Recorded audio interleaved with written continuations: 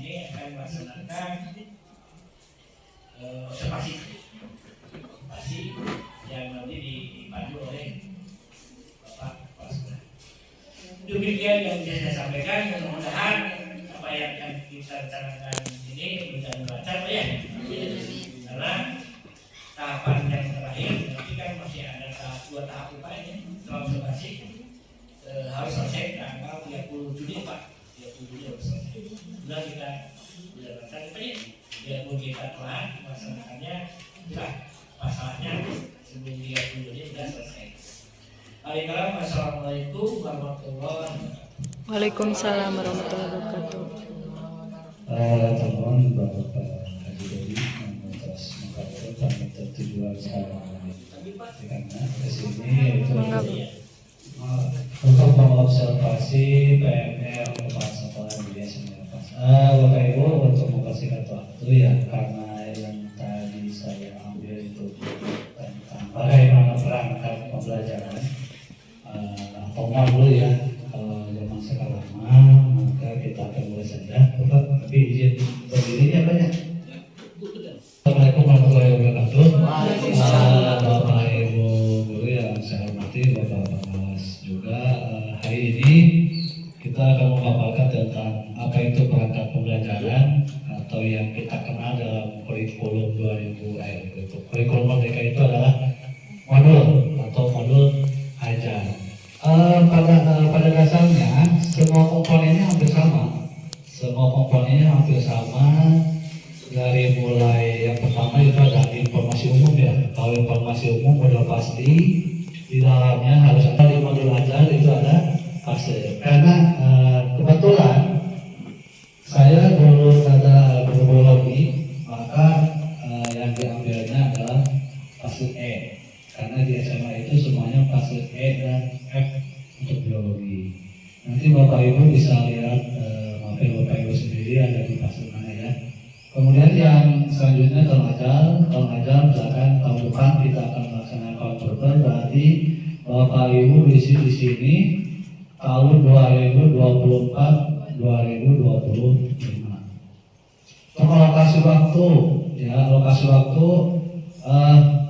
karena saya ambilnya PJDL atau Project Based Learning, yaitu tentang pembuatan produk, maka alokasi waktunya 2 PJP atau 2 kali pertemuan. Karena untuk PJDL tidak akan mungkin 1 pertemuan, karena membuat produk itu harus 2 pertemuan. Kemudian yang ini ada kompetensi awal. Di RPP itu tidak ada kompetensi awal Bapak Ibu. Nah di modul ada. Apa itu kompetensi awal? Biasanya ini kompetensi awal itu ada peserta sudah memahami konsep dan komponen ekosistem. Karena kebetulannya saya mengambil pencemaran lingkungan, maka si anak kompetensi awalnya harus memahami dulu tentang konsep ekosistem atau konsep sebelumnya. Ya, tapi ada juga kompetensi awal itu bisa dilihat dari nilai tes atau tes diagnostik di awal bisa. Ya. Nanti kalau ada yang lebih tahu silakan untuk komen ya, karena di sini alhamdulillah ada beberapa guru yang kompetensinya luar biasa. Itu nanti jadi Bapak Ibu sesuaikan aja dengan mapel masing-masing. Misalkan tentang matematika, sebelum ke algoritma si anak itu harus bisa apa dulu? Nah itu untuk kompetensi awal. Jadi kalau secara kasarnya ya, kalau anak belum mengatakan atau belum lulus tentang kompetensi sebelumnya, itu diharapkan tidak dulu maju ke kompetensi selanjutnya.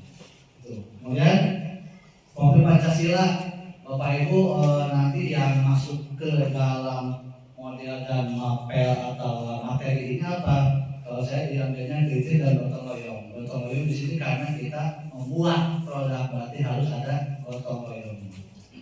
Ya, nanti sama-sama Bu. Percepat aja ya.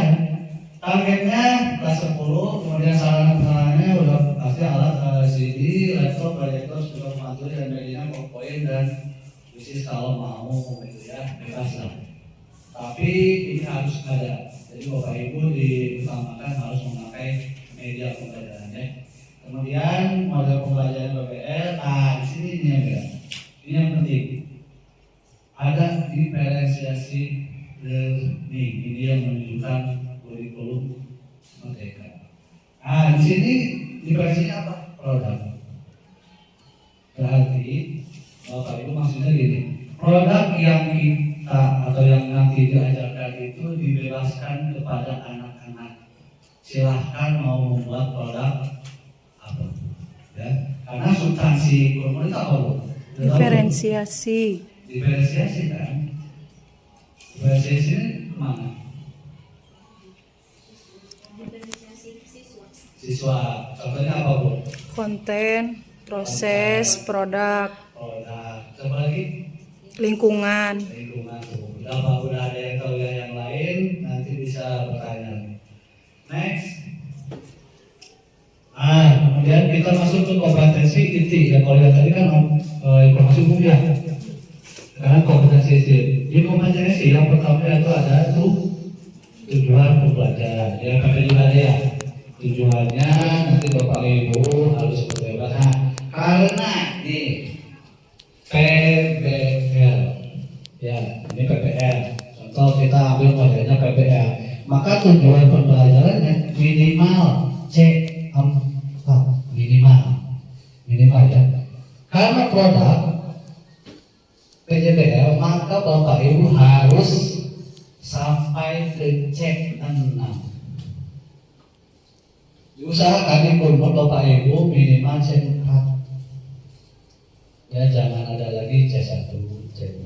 Jadi Bapak Ibu nanti diharapkan mengambilnya minimal C4. Kata kerjanya bisa dilihat nanti banyak. Kalau sini menganalisis dan terakhir adalah tadi membuat produk karena yang diambilnya PJBL. Tapi kalau yang diambilnya PBL itu membuat solusi atau menciptakan solusi. Pak itu kan biologi, kalau pelajaran lain kan sama, Bu. Pelajaran lain bisa buat produk, bisa.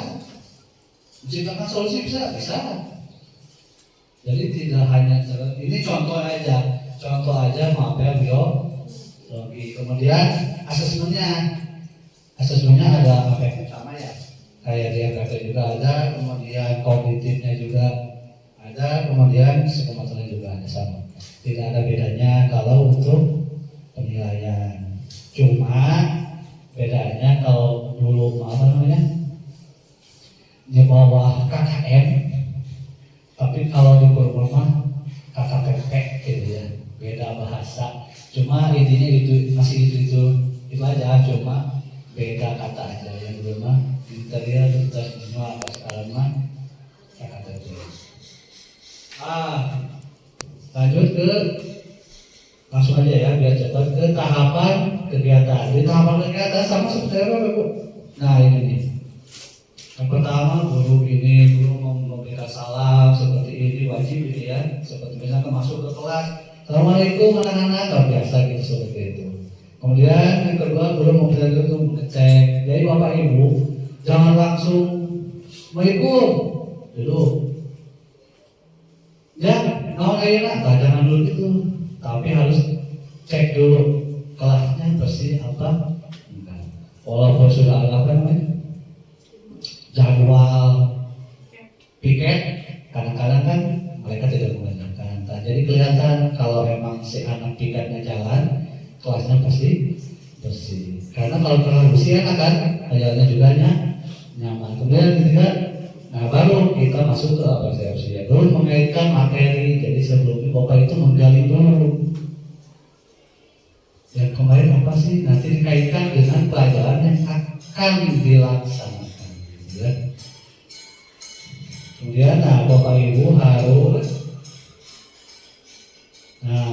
Kalau sekarang kalau dulu kan RPP masih sempat tidak ada teknologinya, cuma ditulis alat media.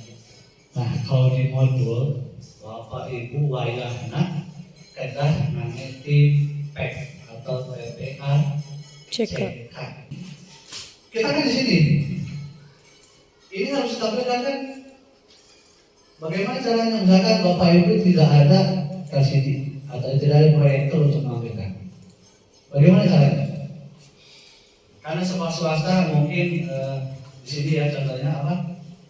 Kita kekurangan fasilitas. Proyektor misalkan ada 2 paributan, kemudian baliho ngange dan ini pakai, yang ini pakai 15, misalkan 11 guru mau pakai, sedangkan proyektor ada 2. Bapak Ibu gimana caranya? Ya pakai ini. Bapak Ibu share ke anak-anak. Anak-anak, nih Bapak Ibu atau Bapak udah share. Kalian lihat, ya, di HP-nya masih. Nah, ayo nama berarti itu Bapak Ibu. Kalau dulu mah udah ngajar ceramah, nah ulangan, beres. Ayo nama berarti. Kalau mau formal, Bapak Ibu juga harus full cara mengajar. Beralih, berevolusi, gitu ya. Jangan setak, udah tinggalin gitu. Ulah jadul wae ngajar teh. Upgrade gitu. Bapak Ibu teh ada upgrade. Dan anak-anak juga. Kalau Bapak Ibunya semangat ke kelas, anak-anak pasti semangat. Itu bukan sih ya. Kalau Bapak Ibu tidak semangat masuk kelas, halean deh. Anak-anak sih berarti halean. Ada yang dinamakan dengan belajar. Atau apa namanya Bapak ya? Tahu nggak? Yang auditori, kemudian visual, Gaya belajar. Itu gaya belajar. Nah, di sini di formal itu ada yang di tesnya itu yang tadi di kompetensi awal dan tes diagnostik. Jadi si anak-anak itu udah tahu, ibu guru itu udah tahu si anak ini gaya belajar seperti apa. Contoh misalkan Bu Helma resepnya auditori, Ibu Sri resepnya kinestetik, Bu Asih resepnya visual. Bu Helma hayangna teh ceramah gitu. Ibu Sri kinestetik hayang teh praktek, Bu Asih visual hayang teh nonton, ditayangkeun ku guru teh juga kieu misalnya Bu Helma ayo ya praktek mana kene ngeureunikeun we kan itu. Bapak Ibu harus mencakup semuanya di sini. Di modul harus ada auditorinya, harus ada kinestetiknya, harus ada visualnya di dalam satu kali pertemuan. Ibu, di mana sekarang LKPD? LKPD-nya Bapak Ibu modifikasi sedemikian rupa sehingga bisa mencakup ketiga gaya belajar itu. Berarti ya Bu? Nanti kalau lebih pahamnya lah nanti lah, karena kita juga belum mulai terjun ya, karena masih pembahasan. Mudah-mudahan tahun depan kita lancar semua. Kayak ini provinsi contoh Jakarta, Bapak Ibu ditayangkan foto spread. Kalau pakai fokus ya, kalau nggak pakai fokus, Bapak Ibu bisa share link. Share, biar anak linknya Bapak Ibu sudah share. Saya lihat, nah setelah lihat, baru Bapak Ibu bertanya. Seperti yang tadi saya sampaikan, guru menampilkan foto perubahan lingkungan. Pertanyaan apa? Langsung ditanya. Jadi jangan itu. Dan sekarang kita tentang perubahan lingkungan. Perubahan lingkungan masih tentu, tapi sih menggali dulu potensi masing-masing. Lihat dulu namanya. Jadi yang ada di benak anak itu ada namanya. Biarin mereka catat jawaban anak. Yang penting si anak mau dulu, ya. Jadi wani dulu untuk mengeluarkan pendapatnya. Jadi ibu jangan dijudge, misalkan anak oh itu mau bau sampah kotor, oh banyak ya. Kalau aku jawabannya jangan jauh dari ekspektasi dong, karena menggali dulu potensi awal. Oke. Kemudian 5 persepsi, Bapak Ibu wajib ada nih motivasi, wajib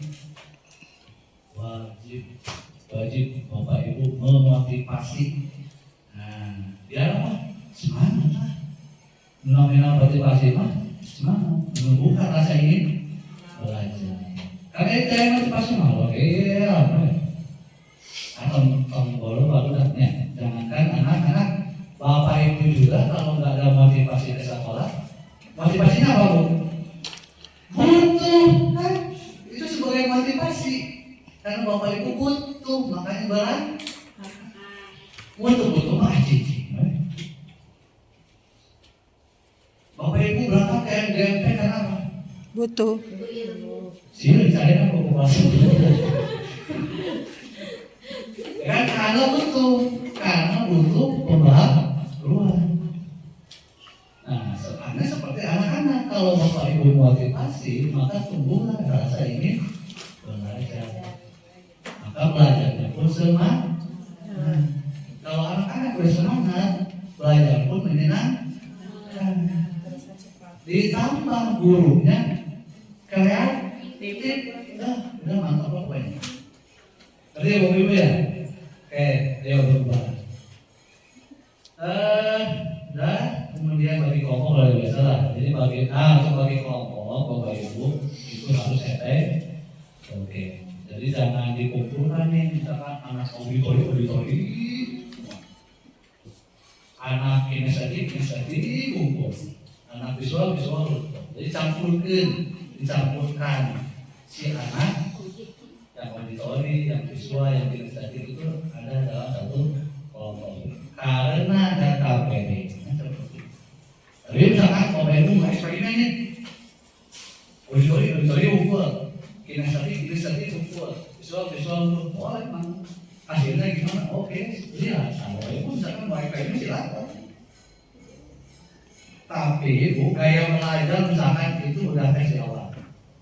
Kinestetik visual misalkan si Welma kinestetik, Busri auditori, misalkan Nela visual. Oke, pagi-pagi mainnya eta. Belajar siang. Lapar, panas, dia. Gaya belajar berubah kan? Ada yang berubah pasti. Tergantung kan?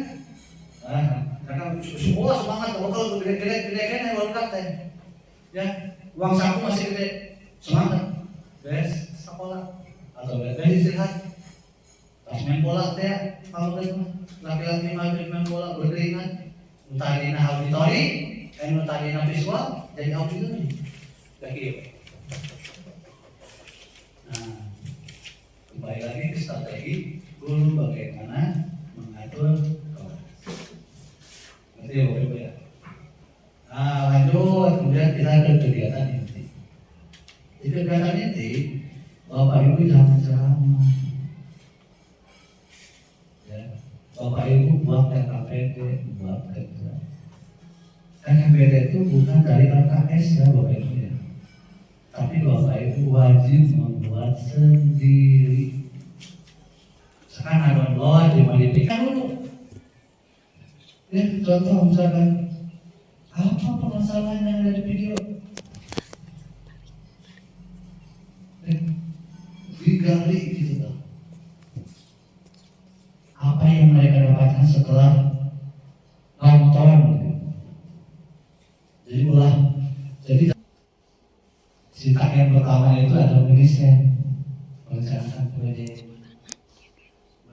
proyek, desain. Dia kan desain dulu kan bukan? Itu ujung-ujung. Dan nih buat produk seperti ini nggak bisa. Jadi harus didesain dulu. Desainnya apa? Anak-anak desain, bukan gurunya.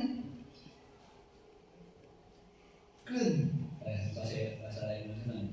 Biarkan anak-anak berkreasi sendiri misalnya. Pengennya membuat produk apa? Jangan gitu. Misalkan dia contoh coba batas.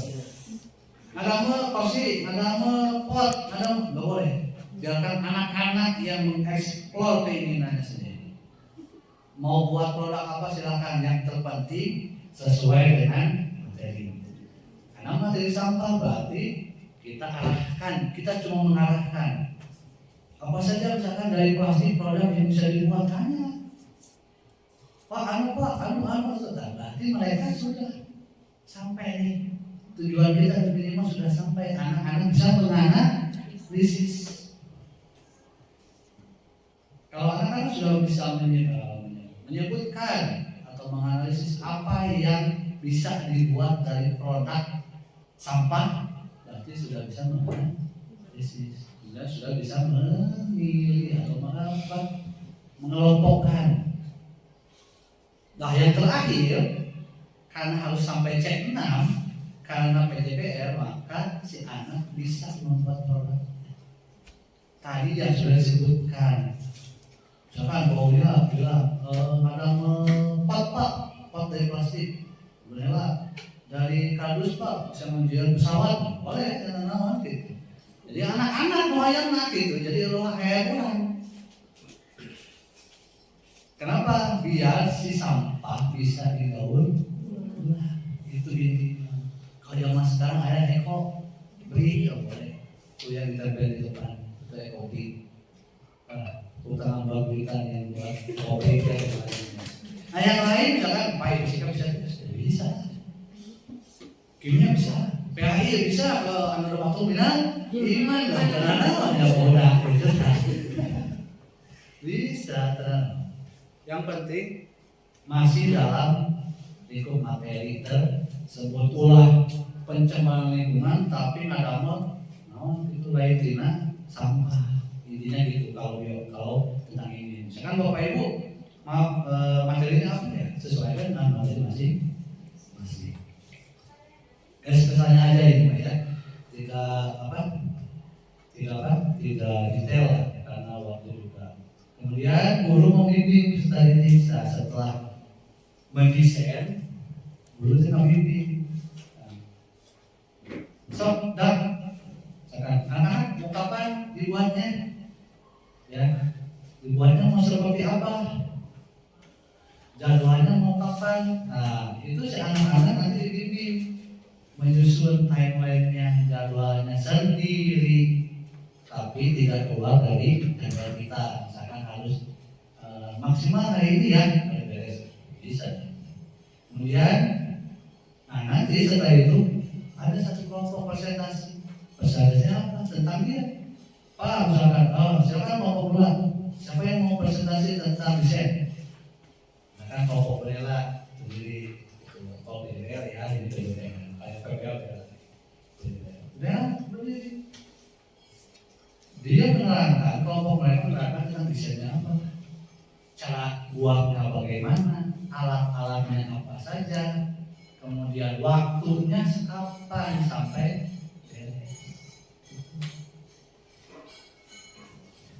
penutup. Karena gua pertemuan, makanya kalau PJBR itu cukup sampai sintak ketiga untuk pertemuan pertama.